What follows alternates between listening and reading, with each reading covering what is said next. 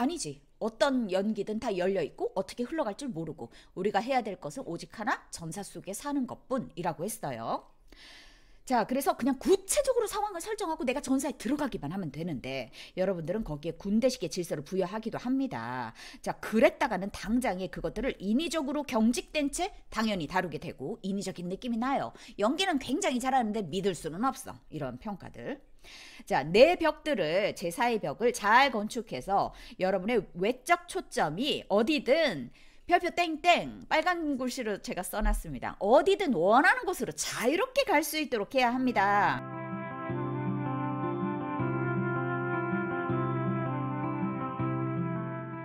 자, 상년기 파트 2 대상 연습에 대해서 우리는 지금 공부를 하고 있고요. 17장 야외 장면 아웃도어스입니다. 자, 아웃도어스가 1부랑 2부로 나눠져 있네요. 그러니까 연습 방법을 두 가지를 제안하고 있어요. 타겐이. 자, 1부 시작합니다. 무대 장치가 아무리 명석하고 암시적이라고 하더라도 배우 역시 야외 장면을 무대 위로 끌어들여야 한다.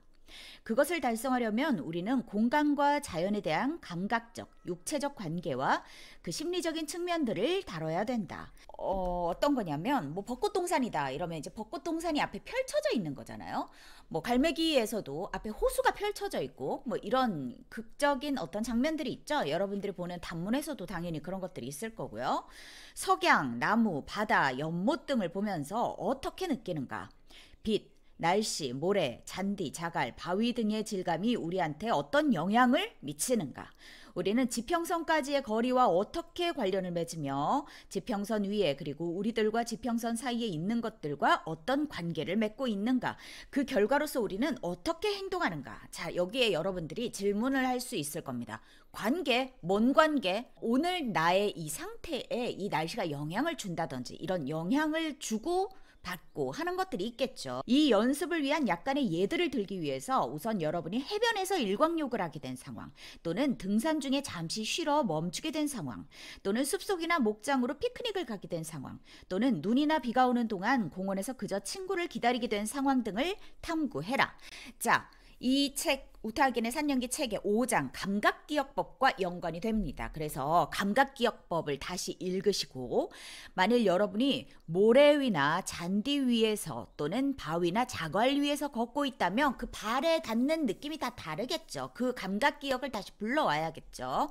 기억된 감각을 통해서 여러분의 발밑에 있는 것에 대한 육체적 적응을 찾아라. 그러니까 다 다르게 적응한다라는 거예요. 내 발밑에 압정이 딱 박혔을 때 우리가 다르게 반응하고 내 발밑에 무슨 병뚜껑, 특히 뭐 레고, 자 그런 것들 다 다르게 우리한테 육체적 적응을 하겠죠. 타오르는 태양이나 부드러운 산들바람 또는 2월의 어느 진눈깨비 뿌리는 날에 대한 여러분의 감각들과 적응들을 발견하라. 여러분을 에워쌀 4개의 제4의 벽들을 자주 창조해야 하며 거기에 두 대상물들은 1차적 중요성을 띠기가 아주 쉽다는 사실을 알아두어야 한다. 두 대상물들은 1차적 중요성을 띠기가 1차적, 그러니까 당면한 목표죠. 그 중요성을 띠기가 아주 쉽다는 사실을 알아두어야 한다. 이 대상물들 그리고 그것들과 여러분 사이의 거리 130쪽에 나오는 제4의 벽 연습에서 거울의 경우 거울을 보면서 우리가 막 이렇게 장면에서 이렇게 하면 아 여기 거울이 있구나 라고 관객들이 모두 생각한다고 했죠. 그런 경우처럼 육체적 심리적인 관계를 찾아라.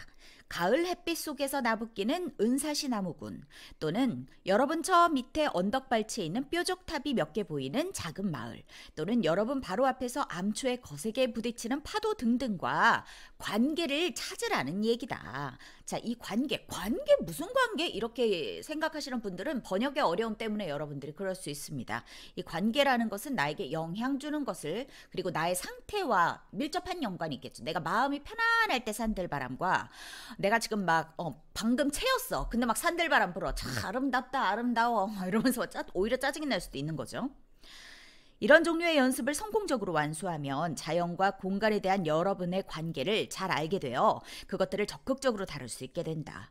심지어 창밖으로 거리를 내다볼 때 여러분이 진정으로 저 아래 바깥을 보기를 원한다면 십몇 층 이렇게 해서 이렇게 내려다보면 되게 무섭다? 근데 왜 사람 심리가 또 막 이렇게 막 내 발밑에 있는 막 볼라가지고 화단 바로 밑에 어떻게 생겼나 막 이런 거 궁금한 막 그런 심리 저만 그런가요? 아무튼 그런 거 있잖아요. 그래서 바로 밑에 뭐가 있는지 이럴 때 우리가 목이 활처럼 굽으면서 상체는 앞으로 뻗고 어깨는 이렇게 뒤로 물러서고 막 이런 육체적인 적응들이 있다라는 거죠. 자, 연습을 한다고 몇 시간씩 계획을 잡을 필요는 없고요. 그냥 한번 해보면서 살짝 느껴보시라 라는 겁니다. 자, 1부는 우리가 지금까지 공부해 왔던 곡들과 관련이 있습니다. 그러니까 구체적이고 명확해야 된다라는 거예요. 이 관계성과 내가 어떤 관계를 맺어야 되고 자연과도 관계를 맺으면 좋고 공간에 대해서도 이해를 하면 좋고 육체적인 적응에 대해서도 아주 명확하게 규정이 된 상황 아래에 두라라는 것을 1부에서 이야기를 하고 있다라고 한다면 자 2부에선 조금 다른 면을 건드립니다. 자, 앞에 있었던 모든 연습들에서 우리는 명확하게 규정된 상황 아래서 어떤 목표를 달성하기 위해 내면적 대상물들과 더불어 외면적인 대상물들, 예를 들면 뭐 잿더리, 근데 이 잿더리가 뭐 그냥 잿더리가 아니라 19세기 프랑스에서 뭐 귀족들이 샀던 잿더리를 내가 우연히 어디서 발견을 했어. 뭐 이런 거 아니면 내 전 남친이 준 선물 막 이런 것들. 이렇게 나랑 대상물들이 관계를 맺는 거죠. 종이, 잡지, 책 같이 보이는 얼핏 보기에는 하찮은 것들까지 다 포함된 우리의 구체적인 일회용품을 사용하는 것을 탐색해왔다. 우리는 1차적인 목표를 위해서 그것들을 어떻게 다루는지 또는 그것들이 2차적인 의미를 가질 수도 있고요. 비자발적인 방법으로 우리의 삶을 어떻게 살찌게 하는지들을 지금까지 공부를 해왔습니다. 우리는 또 새로운 리얼리티 감각을 발견해서 우리가 관찰되고 있다는 사실을 지각하는 데서 오는 자의식이나 긴장으로부터 또 해방되는 역할도 한다 그랬죠. 그러니까 뭔가 이렇게 집중을 해서 내가 여기에 의미를 부여하고 관계를 맺으면 관객한테 잘 보여야 된다. 아니면 이 대사를 잘 읽어야 된다. 뭐 여러 가지 나를 보고 있는 어떤 뭐 선생님이라든지 동료들로부터 오는 그런 긴장감이 여기에 집중함으로 풀어진다라고 했습니다. 네. 이런 것들이 우리를 배우가 아닌 인간이게 만들어주는 것이다. 그러나 극작가가 작품에 이렇게 써놨어요. 더블링 근처의 언덕. 네, 뭐 이렇게 햄릿 같은 작품이겠죠. 시골길, 나무 한 그루, 저녁, 궁전 안의 방, 아치길, 기둥 하나, 벤치 하나 또는 베로나의 어느 거리 뭐 이런 식으로 나와 있어요. 그러면 사람들이 다 상상하는 아치길이 다르고 기둥 다르고 벤치도 다 다르고 명확한 실체가 없죠. 그 극 안에. 그럼 이제 내가 잡아야 되는 거잖아요. 그런데 이렇게 실체가 있는 어떤 대상물이 언급되어 있지 않은 경우 갑자기 우리는 그것들을 연기를 해야 될 때 생활 속의 등장인물이 아니라 다시 무대 위의 배우로 돌아가게끔 되는 거예요. 이번에 이제 우리 장면극 우리 낭독극 준비를 하고 있잖아요. 그러면 이제 뭐 어느 거리, 극장 앞 어느 거리 그럴 때 우리가 블라즈미르? 어머 오랜만이네요. 뭐 이런 식으로 막 이렇게 배우의 연기를 막 하게 돼. 그런데 이렇게 연기를 하는 이유가 그 장면의 구체적인 상황을 내가 정확하게 잡지 않았기 때문이죠. 여기가 어느 호텔 앞이라고는 쓰여 있지만 무슨 호텔인지 이 거리가 어떻게 생겼는지 이런 것에 대해서는 우리가 구체적으로 아직 잡지 않은 상태예요. 우리 아직 동선 들어간 지 얼마 안 돼서. 그래서 이럴 때 내가 등장인물로 살아있는 것보다 더 배우의 연기를 하게 될 확률이 굉장히 높다라는 거죠. 그러니까 그냥 그런 척 하는 거야. 여기에 나온 누구의 엄마로서 그냥 뭐 귀부인으로서 서 있다. 그럼 어떤 귀부인이냐 다 다를 텐데 그냥 막연한 어떤 귀부인의 연기를 하게 된다. 이러니까 당연히 등장인물이 아니라 배우의 연기를 하게 되는 거죠. 고도로 숙련된 배우들조차도 긴장이 되고 비실제적이고 무공간감으로부터 스스로를 방어하기 위해서 배우의 제스처를 취하는 경우들이 굉장히 많다라는 거예요. 여러분이 거실과 주방과 욕실, 내 방의 모든 살림살이를 다 없애버렸을 때. 그리고 맞서서 싸울 어떤 정서적인 또는 육체적인 위기, 이걸 사건이라고 표현할 건데, 아무 사건도 없을 때.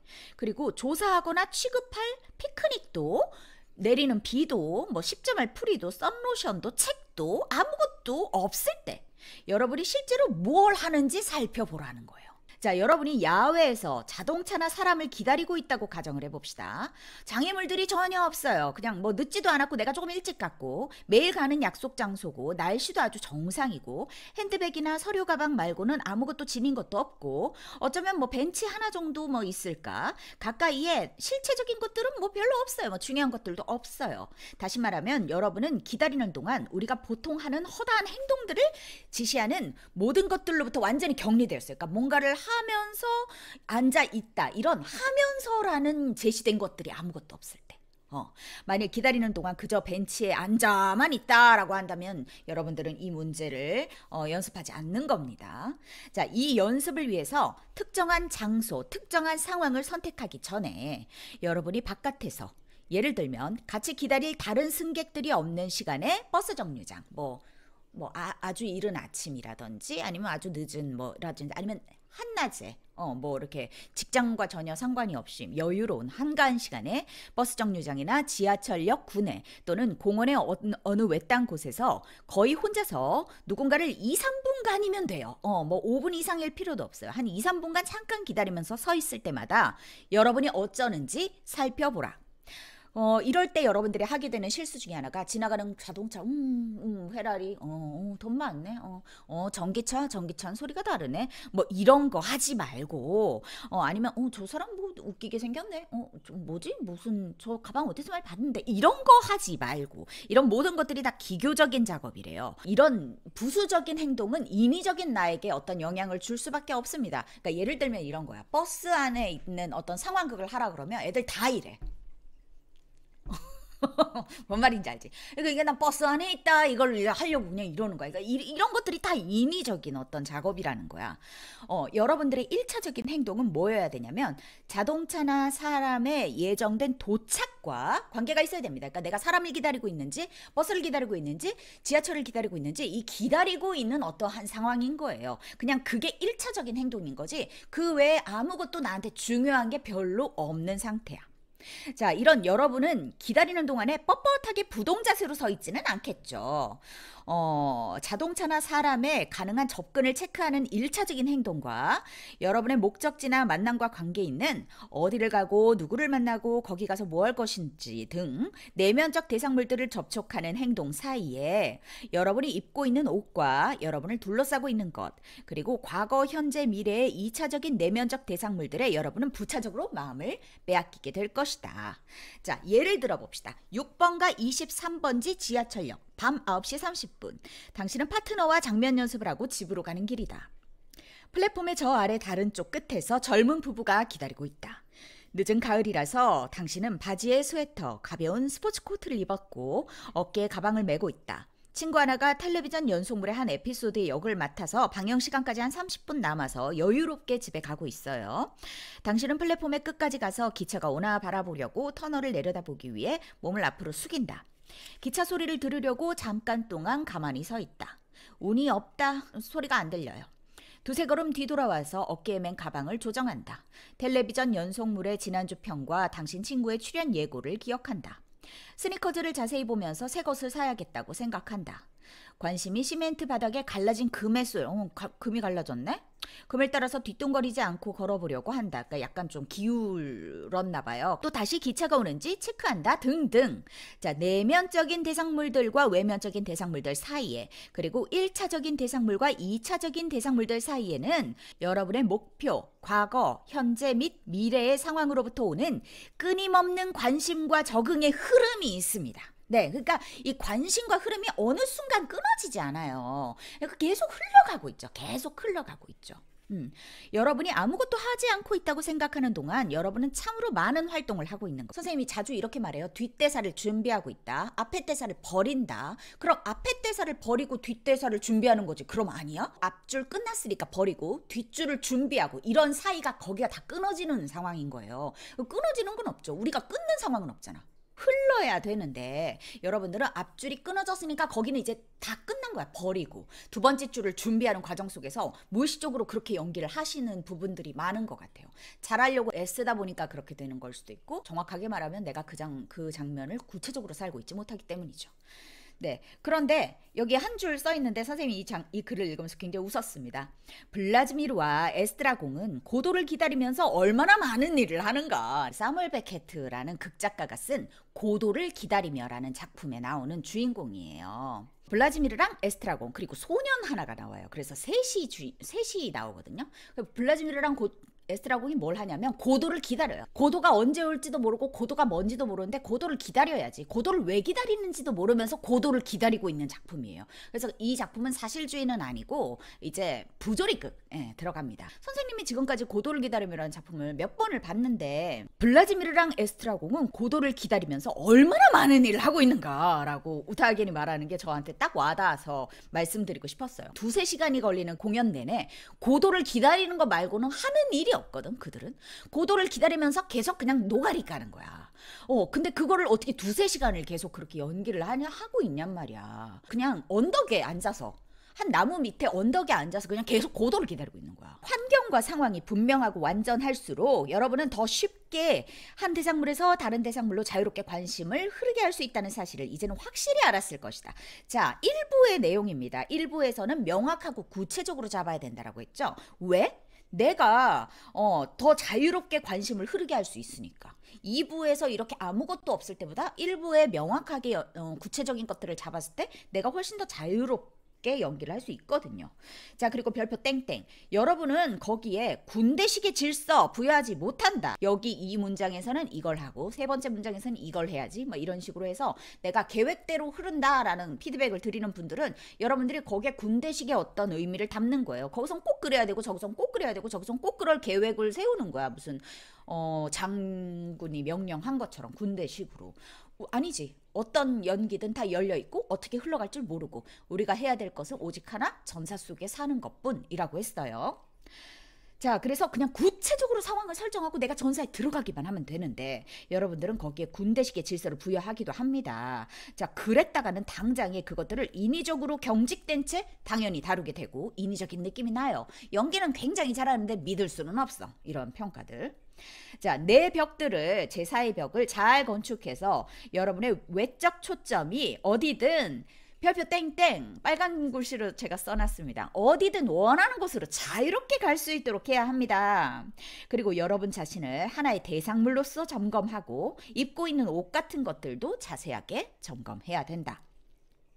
여러분의 첫 등장이나 육체적 상태, 서 있거나 앉아있는 여러분의 행동은 입고 있는 옷이 편한지 불편한지, 새 옷인지 헌 옷인지, 초라한 옷인지 우아한 옷인지에 대해서도 조건이 지어지니까. 남들이 여러분을 관찰하고 있는 동안 지루함이나 긴장감 또는 자의식이 전혀 없이 2-3분을 지내는 것은 분명히 새로운 경험이 될 것이다. 이 연습을 무대 위에서 등장인물에게 적용할 때의 어려움은 괄호 열고 이 연습을 완전하게 이해한 후에도 이런 어려움이 종종 발생을 한대요.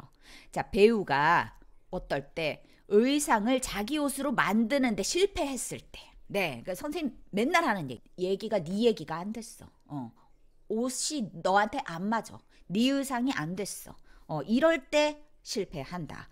그러니까 등장인물에게 적용을 나름대로 했는데 내 딴엔 열심히 했는데 뭐가 좀 막아뜨고 아다리가 안 맞는 느낌이 들어. 그런데 이 배우의 의상을 자기 옷으로 만드는데 약간 실패한 부분이 있는 거지만 우리는 실패하면서 계속 공부해 나가는 과정이죠. 즉 궁전의 정원을, 여기 대본에 써 있는 궁전의 정원 이렇게만 써 있는데 이걸 내공원으로 리얼하고 명확하게 만들지 못했기 때문이다. 과거, 현재 및 미래로부터 오는 대상물들을 그 자신의 생활과 경험에서 솟아난 것만큼 리얼하고 친숙하게 만들지 못했기 때문이다. 그러나 우선 당분간은 괜찮다. 여러분이 그냥 서서 기다릴 때, 이번 주는 괜찮다. 서서 기다릴 때 무슨 행동을 하는지부터 한번 알아보라. 네, 이렇게 17장이 끝났습니다.